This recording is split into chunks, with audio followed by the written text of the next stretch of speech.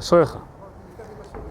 אומרת הגמרא, רב בר אחו דרבי חייא ובר אחתה. רב היה אחיין של רבי חייא, בן אחיו וגם בן אחותו. איך זה יכול להיות? שהייתה להם אח מאבא הקודם ואחות מאבא החדש, אבא שלו נפטר, ואז יש מציאות שיכול להיות שהוא יהיה בעצם גם בן אחיו וגם בן אחותו, שאח ואחות מתחתנים. באופן שהם אחים כאילו שהגיעו מצדדים שונים. כיסא ליק להתם, כשהגיע לבקר אותם שם, את בבל, אמר לאייבו קיים, אייבו זה השם של הדוד שלו. אמר לו, אמא קיימת, כאילו אמא שלך. תשאל את אמא שלך. אמר אותו, אמא שלי בחיים, אמר לו, תשאל אייבו. קיצור, לא, אייבו זה הדוד. כאילו שאל אותו פעם אחת, מה שלום אייבו? אמר, שאל מה שלום אמא. שאל אותו מה שלום אמא, שאל אותו, תגיד לו, מה שלום הדוד. קיצור, הוא לא רצה להגיד לו שהם נפטרו. אז אמר, שמע את זה, רב הבין ששניהם נפטרו, ואמא שאמא שלו נפטרה, אמר לה לשמעה, חלוץ לי מנעלי, זה נקרא בדין עריכות אבלות, שמועה רחוקה. מה זה שמועה רחוקה? ג'קו ורני, בואו תלמדו איתנו. זה נקרא שמועה רחוקה. מה זה שמועה רחוקה? אם אדם שמע על הפטירה אחרי הזמן של השבעה, שעבר כבר השבעה, זה נקרא שמועה רחוקה. אני חושבת 30 יום, אני לא זוכר בדיוק את הגדר. אני אגיד לכם בדיוק. אחרי 30 יום, סליחה. אם אדם שמע על הפטירה, 30 יום אחרי הפטירה, הוא לא נוהג אבלות של שבוע, אלא יום אחד בלבד. וגם זה רק חלק מהיום. אז הוא אמר לשמע שלו, תוריד לי את הנעליים, כי אבל אסור להיות עם נעליים של אור. ואחרי שהוא סיים את זה, אמר לו, והולך כלי אחריי לבית המרחץ. אחרי שנוריד את הנעליים, קח אותי לבית המרחץ. למה? הרי לכאורה אבל אסור במרחץ. מכאן עמדו 3 דברים. שמע מינה, קח לך כיסא. שם. שמע מינה, אבל אסור בנעילת סנדל. מזה שהוא אמר לו, תוריד את הנעליים, ממש מה שאבל לא יכול ללבוש נעליים, אלא נעלי בד או משהו כזה. ולמדנו מזה עוד משהו, ששמועה רחוקה אינה נוהגת אלא יום אחד בלבד. מזה שהוא רק יום אחד נהג את האבלות, לומדים שאם אדם שמע על הפטירה של הקרובים שלו, אחרי 30 יום מזמן הפטירה, הוא לא נוהג 7 אלא יום אחד, ושמע מינה מקצת היום ככולו. לא רק ששומרים רק יום אחד אבלות, גם לא צריך לשמור את כל היום. זאת אומרת, אם, מה זה מקצת היום ככולו? נתן דוגמה, למשל בסוף 7, בר מינן, בסוף 7, אדם לא יושב את כל היום השביעי, נכון? יושבים בבוקר כמה דקות, קמים הולכים בתלמיד. זה נקרא מקצת היום ככולו. באבלות לא רוצים להאריך, אז עושים קצת. אז גם פה הוא נהג קצת יום, רק הוריד את הנעליים, קיים אבלות כמה דקות, אמר זהו, סיימתי בית המרחץ.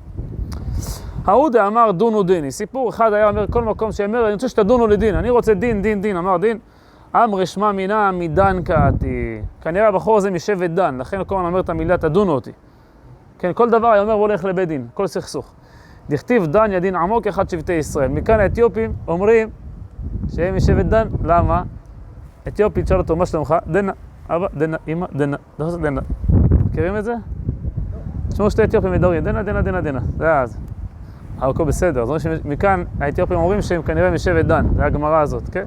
דנה. ההוא דאבה כאזיל ואמר, עוד. זה אגב שנאמר על דיבור של אדם, הזכירו את זה. ההוא דאבה כאזיל ואמר, היה איזה אחד שהיה הולך ואומר, הכיף ימה אסס נבירתה, כן? הוא אומר על חוף הים, הכי טוב לבנות וילות. כל היום משבח את הווילות על חוף הים, חוף הים, חוף הים. היום כולם יודעים שחוף הים זה יקר, אבל אז זה לא היה נחשב, יש חול וחלודה וזה. אמרו, מה הוא מתלהב כל כך מהים? בדקו אותו ומצאו שהוא מגיע משבט זבולון, בדקו את הייחוס שלו, כי שבט זבולון כתוב עליו, זבולון לחוף הים משכון. בקיצור, מה שרצה הגמרא להגיד, שלפי הדיבור של הבן אדם, אתה יכול ללמוד עליו הרבה דברים. מאיפה הוא הגיע, מה המשפחה שלו, רגע. אני כנראה משבט המעופפים. טוב. אנחנו חוזרים לדון בהלכות בדיקת חמץ. זאת אומרת, אשתא דקיימנן דלכולי עלמא אור אורתאו, כן? סיכמנו שמה שכתוב במסכת פסחים, אור ל-14 בודקים את החמץ לאור הנר. הכוונה שבדיקת חמץ מתחילים לבדוק מהלילה. שואלת הגמרא, מכדי, אתם לא תעופו ברוח, אל תדאגו. אומרת הגמרא, הרי, איך תשמעו אותי? אתם מתחייבים שנצג לכם מגפון או משהו? טוב. אומרת הגמרא, מכדי בין לרבי יהודה בין לרבי מאיר, חמץ אינו אסור ל6 שעות ולמעלה. מתי איסור חמץ מתחיל? ממתי אסור לאכול חמץ? לא מהלילה שלפני פסח, נכון? מחצות היום לא אוכלים חמץ. לפני, בבוקר, כתוב זמן שריפת חמץ. מה שכתוב בלוח, זמן שריפת חמץ, מפסיקים לאכול. אבל בלילה שלפני כן, גם אחרי בדיקת חמץ אפשר לאכול חמץ. אז למה צריך לבדוק בלילה? שלבדוק בשעה שישית ביום, כן, בחצות היום. וכי תימה, אולי תגיד לא, בזריזים מקדימים למצוות, אנחנו מעדיפים להקדים את המצווה ולבדוק את החמץ מוקדם. אז אל תקדים עד הלילה, תקדים לבוקר. תבדוק מהבוקר דכתיב, וביום השמיני ימול בשר עורלתו, כן, לגבי ברית מילה ותניא, כל היום כולו כשר למילה. ברית מילה אפשר למול עד השקיעה של היום השמיני. אלא שזריזים מקדימים למצוות, שנאמר וישכם אברהם בבוקר. אז כאן בבדיקת חמץ אותו דבר, אתה לא צריך לבדוק מהלילה, תבדוק מהבוקר, בנץ חמה, למה בלילה? אמר רב נחמן בר יצחק, התשובה היא בשעה שבני אדם מצויים בבתיהם ואור הנר יפה לבדיקה. חכמים רצו לקבוע זמן שרוב האנשים בבית. תגיד להם בבוקר, אנשים הולכים לתפילה, הולכים לעבודה, אין להם זמן לבדוק חמץ. אז קבעו את זה בלילה, סיבה אחת. סיבה שנייה, צריך לבדוק לאור הנר. והאור של הנר הוא יותר מועיל בלילה מאשר ביום. בסדר? נראה בהמשך למה לא לסמוך על האור של השמש. אמר אביי, הילקח, בגלל מה שאמרנו עכשיו, נלמד הלכה חשובה, היי צורבה מרבנן, תלמיד חכם, אדם שיש לו שיעור דף יומי, קבוע, בשעות האלה של בדיקת חמץ, לא לפתח בעידני, שלא יעשה שיעור קבוע. באורתא דתלייסר נוגי ארבייסר, בלילה של 13 בניסן, כלומר בלילה של בדיקת חמץ, שלא ילמד את השיעור הקבוע שלו, דין ממש חלשמעתה ועתינוי מצווה, יישב בשיעור, כל כך ייהנה מהלימוד, וימשך וישכח מהבדיקת חמץ. אז לכן, אגב, זה נכון גם להלכות חנוכה. גם בהלכות הדלקת נר חנוכה, גם אם יש שיעור קבוע, מבטלים אותו, והולכים להדליק את הנרות, אחרת יפספסו את ההדלקה. עכשיו שאלה מאוד מאוד חשובה ומעניינת, היא נוגעת לגבי בדיקת חמץ. באו מיני מרב נחמן בר יצחק, המזכיר בית לחברו ב-14. אדם לוקח צימר לכל הפסח. אדם עכשיו עבר דירה בערב פסח, סוחר בית. על מי לבדוק? מי חובתו לבדוק את הבית מחמץ? האם על המזכיר לבדוק, שזה חמץ שלו, חמץ שלך, הבית שלך, הסוחר עוד לא נכנס בכלל. או הפוך, או דילמה על הסוחר לבדוק. למה? דאיסורא ברשותי קאי. בפסח עצמו, מי יהיה הבעל הבית?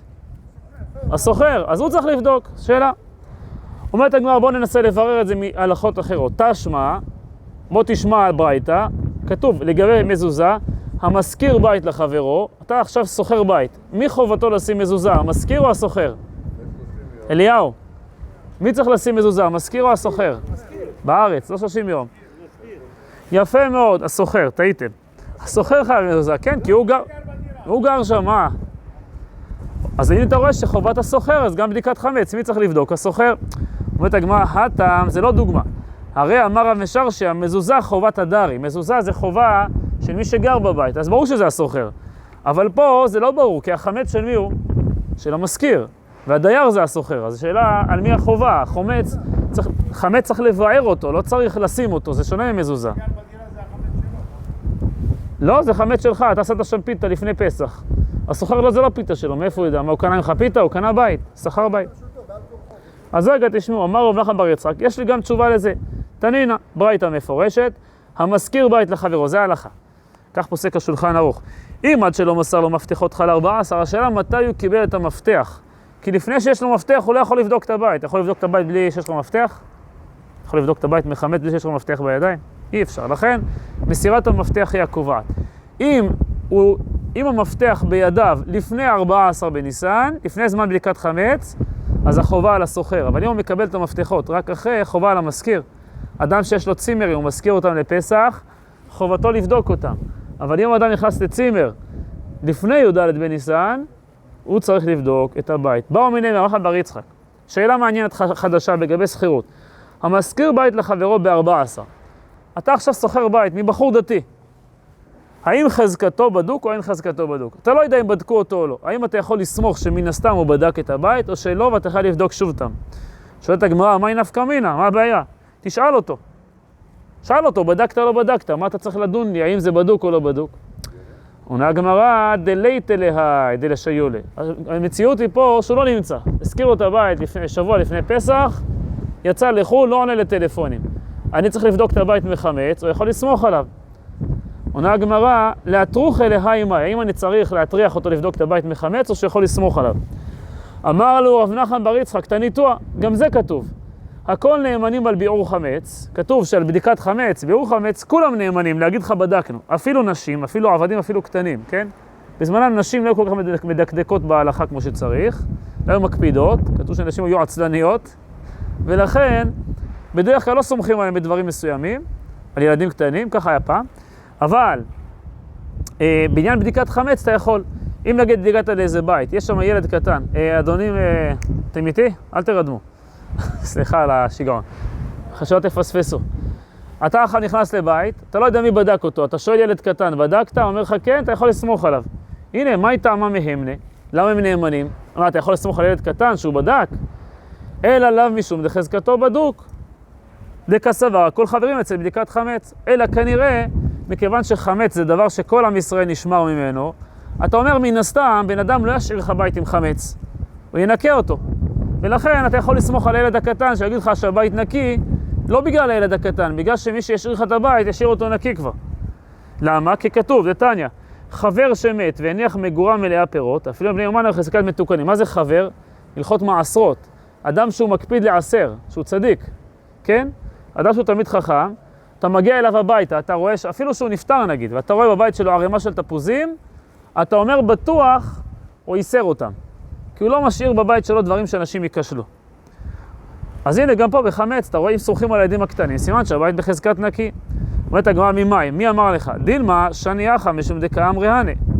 זה לא שהבית בחזקתו בדוק, אלא בגלל שהילד אמר לך שהוא בדק, אבל סתם בית שקיבלת ואין לך את מי לשאול, צריך לבדוק אותו. אומרת הגמרא לא, זה לא יכול להיות שבגלל הילדים. עטו אמירה דהנה מידי מה ששאית בהם, מה הילדים האלה יש משהו באמירה שלהם? הוא סתם אומר, אלא ודאי זה בזכות הבית, שהבית בדוק. אומרת הגמרא, אוקיי, בוא נלך על הכיוון שאתה מנסה להגיד. אלא מה, אתה רוצה להגיד שהבית חזקתו בדוק? אז אם ככה, מה הפירוש המשפט? הכל נאמנים. הרי אתה לא סומך על הילד, למה אתה נכנס לבית? בגלל הילד? למה אתה סומך על הבדיקת חמץ? על מי אתה סומך? על הילד או על הבעל הבית? הבעל הבית. אז למה כתוב, הכל נאמנים לומר שהבית בדוק, אפילו נשים ועבדים וקטנים? זה לא בגללם. בגלל מה אתה סומך? היה צריך להיות כתוב, כל הבתים בחזקת בדוקים ב14. אם העניין זה שהבית כנראה בדוק, אז לא צריך לכתוב כולם נאמנים לומר שהבית נבדק, אלא צריך להגיד כל הבתים בחזקת בדוקים. אלא מה אתה אומר, אוקיי, מה אתה רוצה להגיד? שזה לא בגלל החזקת בית, בגלל האמירה שלהם. משום דאמירה דהנה, הלו אמרי הנה לא, תפשוט, מילד אין חזקתו בדוק. אוקיי, אז אתה רוצה להגיד שזה בגלל שאתה מסתמך על הילדים. זה מה שאתה רוצה להגיד. אז אם ככה, תלמד מכאן, שאם לא אמרו לך שהבית בדוק, אז הבית מן הסתם, מה? בדוק. לא בדוק. למה?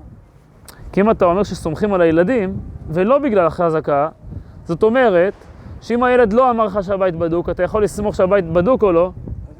לא. הנה תשובה לשאלה, ואתה גמרא לא. ואז הגמרא מסכמת. עולה עם הלך, חזקתו בדוק, וזה ההלכה. אם אני לא טועה, סתם בית, אתה לוקח בית לפני פסח או בחזקת בדוק. אז אם ככה, למה הזכירו פה את העניין של הילדים והאנשים? האחה במה יסקינן, כאן במה אנחנו עוסקים? בבית שמוחזק לנו שלא בדק. זה בית שאמר לי הבעל הבית לפני שהוא עזב, תשמע, את הבית הזה לא בדקתי מחמץ. באתי אחרי שבוע, אני רואה שם איזה ילד בתוך הבית מנקה, אני אומר לו, מה אתה עושה? אומר לך, גמרתי עכשיו לבדוק את החמץ, כן? אומרים, בדקנו אותו. אז האם נגיד שאי אפשר לסמוך עליהם? כי הבעל הבית אמר לך, לא בדוק, אתה יכול לסמוך על ילד קטן שיבדוק? כמשמע לן, כיוון דבדיקת חמץ זה מדרבנן. כל החיוב לבדוק חמץ זה מדרבנן. למה? כי מדאורייתא בביטול בעל מסגי. מדין תורה, אדם יכול להגיד, כל חמירה וחמיה, מה דינו? יבטל כאפרא דארעא. אז למה בודקים חמץ? זה חומרה של חכמים, שלא תפספס משהו, כן? ולכן, מכיוון שכל דין בדיקת חמץ זה מדרבנן, המנו רבנן בדרבנן. חכמים אומרים, אף על פי שבדרך כלל ילד קטן, אי אפשר לסמוך עליו בדברים שהם דאורייתא, אבל כיוון שחובת בדיקת חמץ היא מדרבנן, סומכים עליו. אבל אם הבית, אתה לא יודע, בדקו אותו, לא בדקו אותו, מן הסתם הבית בדוק, בסדר?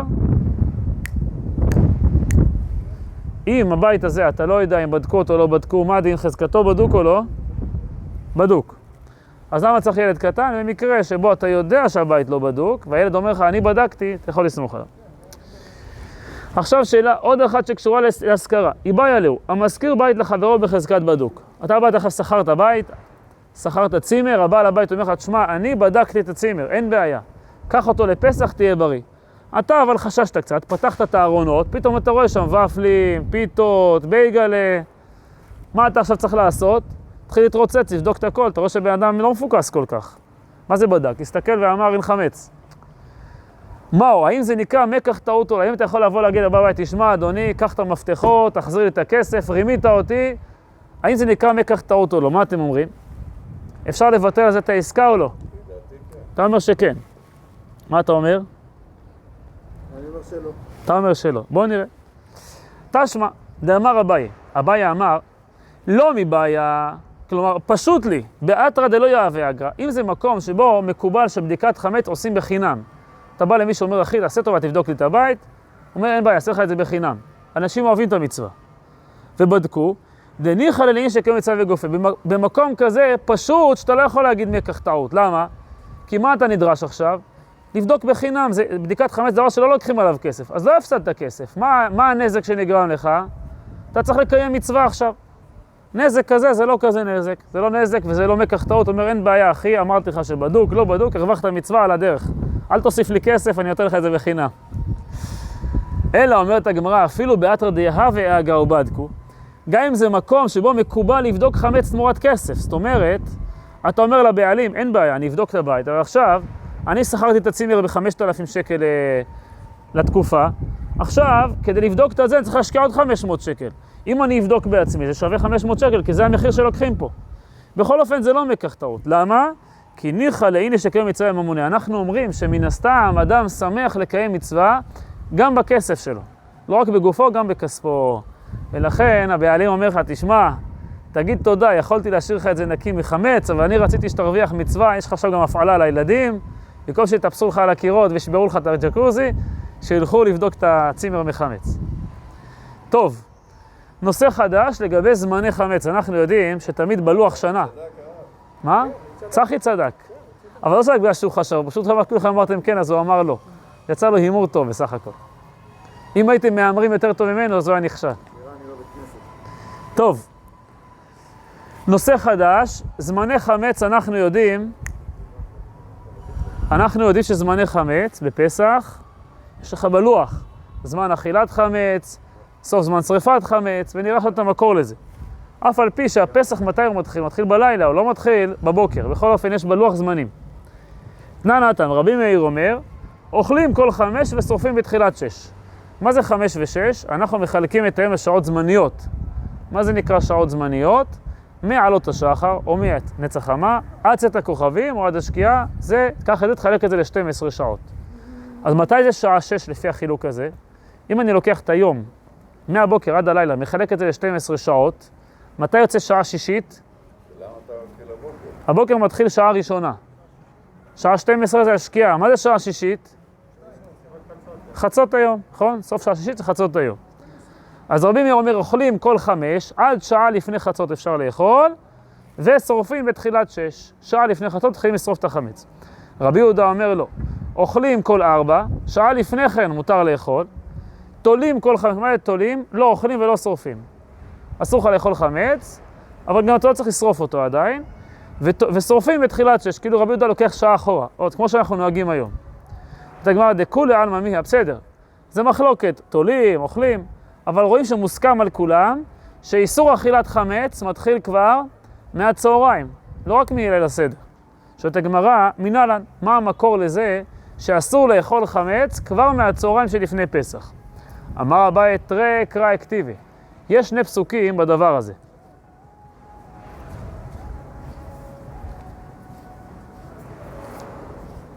אומר אביי, 2 פסוקים בדבר. כתוב 7 ימים, שאור לא יימצא בבתיכם. נכון? 7 ימים, איסור חמץ. וכתיב, אך ביום הראשון תשביתו. שאור מבתיכם. תחליט, 7 ימים או ביום הראשון. תגמר, כיצד לרבות 14 לביעור. פסח מתחיל ב-15 בניסן, אבל הפסוק אומר לך ביום הראשון להוסיף שכבר ב-14 בניסן מפסיקים לאכול חמץ. בסדר? זה המקור לדבר הזה. תגמרה, ואולי זה בא לרבות את ליל 15 לביעור. תגמרה, לא, אולי זה בא להגיד לך 7 ימים שעור לא יימצא בבתיכם, שמדין תורה, רק מהבוקר של פסח אחרי ליל הסדר אסור שיהיה חמץ. והפסוק אך ביום הראשון בא להגיד שכבר מהלילה ליל הסדר. אבל ביום שלפני פסח בכלל, מי אמר שאסור לאכול חמץ? למה? כי הייתי חושב שכתוב ימים. 7 ימים, הנה לילות לא. בא הפסוק להגיד לי אפילו לילות. הנה הפסוק אך ביום הראשון בא ללמד אותך שגם בליל הסדר אסור שיהיה לך חמץ בבית. אבל מי אמר לך שב-14 בניסן אסור לאכול חמץ? הגמרא, הוא לא יצטרך עליה, לא יכול, כי את זה לא צריך. למה? כי התורה הקישה בין השבתת שעור לאכילת חמץ, ואכילת חמץ לאכילת מצה. מה הכוונה? השבתת שעור נאמר בפסוק של אכילת חמץ, שכתוב 7 ימים שעור לא יימצא בבתיכם ככל אוכל מחמצת ונחרטה, ואיסור אכילת חמץ הוקש לאכילת מצה, שכתוב כל מחמצת לא תאכלו, בכל מושבותיכם תאכלו מצות. אז בעצם מכאן אתה למד שזמן אכילת מצה זה הזמן שאסור לאכול חמץ, והזמן שאסור לאכול חמץ זה הזמן שבו צריך לבער את החמץ מהבית. אז אם ככה, מתי אוכלים מצות? כתוב במצה, בערב תאכלו מצות. מכאן אתה למד שכשם שמצוות אכילת מצה זה בערב, גם מצוות השבתת שעור היא גם בערב. אז מה הפסוק שאומר, אך ביום הראשון תשביתו שעור מבתיכם? מה זה היום הראשון? איזה דבר בא להוסיף לי? בא להוסיף לי את היום שלפני פסח. אור ליום הראשון, שכבר מ-14 בניסן, כבר עוד לפני פסח, לפני ליל הסדר, כבר אסור שיהיה חמץ בבית וגם אסור לאכול חמץ. ברוך ה' לעולם, אמן ואמן.